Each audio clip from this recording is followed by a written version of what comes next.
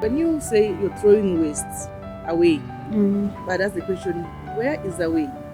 Yeah, because I'm throwing something away. Where is away? Because that away must be somewhere. Yes. Yeah, and that somewhere is what now we are trying not to have a huge landfill. Like that somewhere is what now we are trying to bring that waste out of our environment to give us that peaceful environment, that healthy environment we want.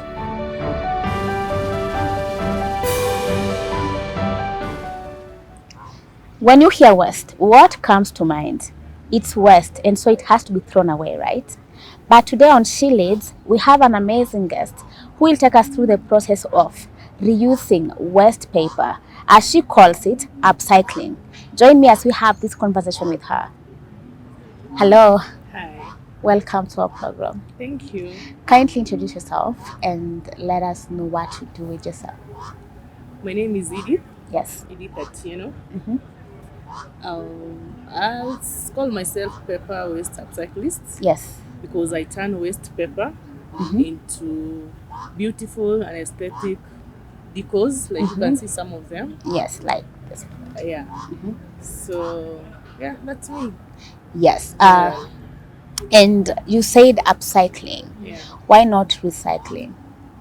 Upcycling is different from recycling. Yes. Actually, upcycling, you just take the material, make it into something else. Yeah. Like you be creative with it.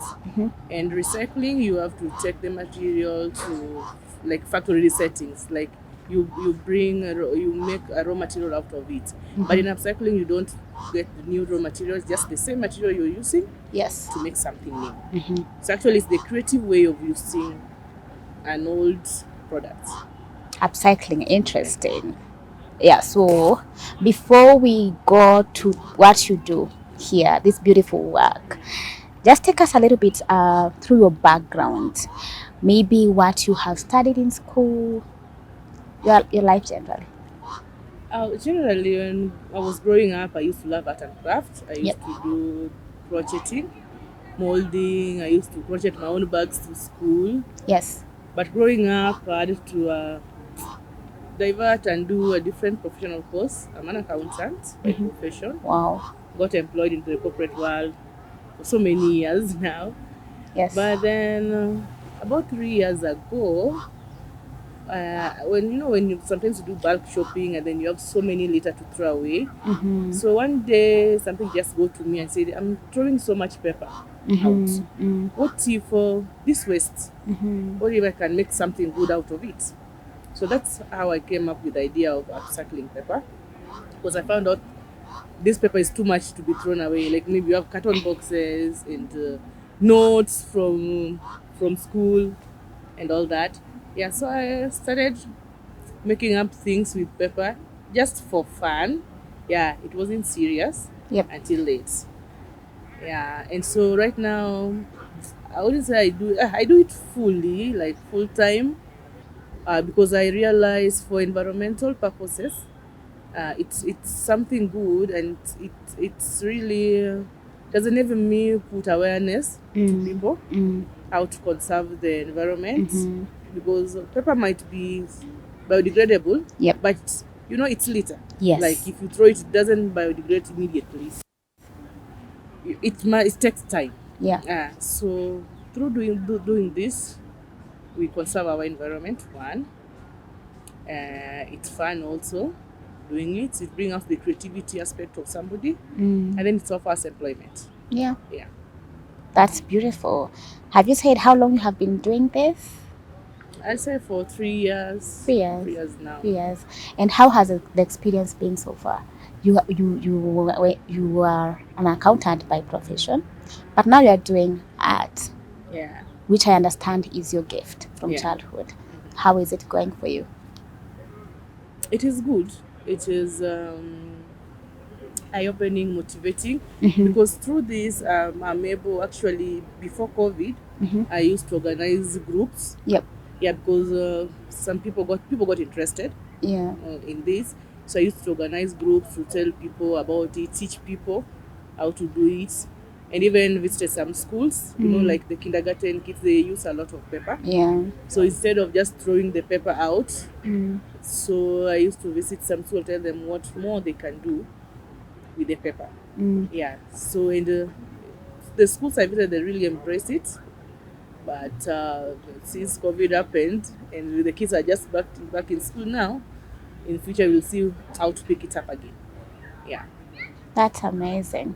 So let's assume I'm one of the ladies who want to learn how to make this, and I have come to you. Kindly take me through the process of doing it. The similar process getting the wastes. Yeah. We'll say raw material, which is not really raw material because it's the waste we are trying to make good use of. So you choose the paper you want. There's so many types of paper. We have magazines, we have newspaper, even those paper for wrapping, packaging papers, all that can be made into something new and beautiful and decorative. So once you get your paper, and definitely we assume it's clean. Yeah, but that's also another problem with most of our household because we mix waste. Yeah. So even dry waste we mix with wets and liquid waste. So that's one of the challenges. But if you have the dry waste papers, once you get it, it's actually art. It's about the creativity in it. Yeah. There's the process of if it's if you're making like a rolled item like this one up here, Yeah. you roll those ones and you make the paper reeds. These are called the paper reeds. Yes. You do the paper reeds and then you stick them together. Yeah, to come up with something lively. Wow. So this one that I'm holding, Yeah, what is it used for? Like, that is just a decorative vase. But again, you can also use it like a lampshade. Like if you turn it upside and remove this part, it can be a decorative. oh yeah, lampshade. Yeah. Or you can just put it on the table and have it as a base. this one is also That's a creative. paper bowl. Yeah, paper bowl. That's a paper bowl. You can use to put ornaments, keys in the house, or just put it on the table, have some balls in it. Now on the economic side, do you feel this is something you can encourage somebody to venture in as a source of income, like a business, a full-time business? Yeah, this is art, and art pays. For those who love art and know art, the art pays a lot. Yeah, and you can be self-employed because you can do it as your own time, or you can, if it's a big business, you can Yes. employ somebody. So it relies economically to cover unemployment, and it's paid. Yes. Pays. And art is beautiful. It's something fun and unique. But I understand there are challenges. What are those challenges that you have faced doing this? Just like in any business, there must be challenges. But the greater one, because these are just wastes, what I've seen happens a lot is and lack of awareness because people mix waste. Like you get somebody mix paper waste with vegetable waste or food waste or liquid waste. So getting that waste when it's still at that original form of the waste sometimes become a challenge. And then people grasping the idea of paper, making paper, decorative paper items, it's still new. It's still new in the market. Yes. Yeah, so getting somebody to love paper art is still a challenge. Yeah. About waste, I'll talk about waste. I'll say when you say you're throwing waste away, but that's the question: where is the way? Yeah, because I'm throwing something away. Where is the way? Because that away must be somewhere. Yes. Yeah, and that somewhere is what now we are trying not to have a huge landfill. Like that somewhere is what now we are trying to bring that waste out of our environment to give us that peaceful environment, that healthy environment we want. So for anybody who would love to venture into waste upcycling, because there's just so much waste. It's not just paper. You can upcycle clothes, bottle tops, plastic. It's just massive. So just don't just sit there. Just start doing something. If you can just start doing it for your mother nature, not even looking at the money wise, can just start doing it even for your own house. You can, instead of going out buying expensive items, you can craft them by yourself. Yeah, nowadays you have to do it yourself. So many things to do it for yourself. So more so, my main reason behind this is to conserve the environment. Yeah, so even as I plan to pull it to a big business, blown business, I really want to use it to impact our environment, to tell people more about conserving our environment, preventing harmful waste in our environment. Yeah. And this is a beautiful way of approaching it. Like people enjoy conserving the environment and stuff like through this. fun. Like you help our environment through fun activities. Yes. And away from conservation and this beautiful art, do you think the African woman or a Kenyan woman is doing enough to get what they are supposed to, what they want, or to be what they are supposed to be? I'd say we're doing something, might not just be enough, but we're doing something. But of course, there's room for more. Like we should not just be there and just consume whatever we already have. We should make our mind transverse, like think beyond. Yeah. So there's just room for an African woman to do more, to do great things. Yes. Yeah. Great imaginable things. Great. So let's say, after listening to you, I'm so interested to learn how to do this. What advice would you give me as I get into it as a startup, right?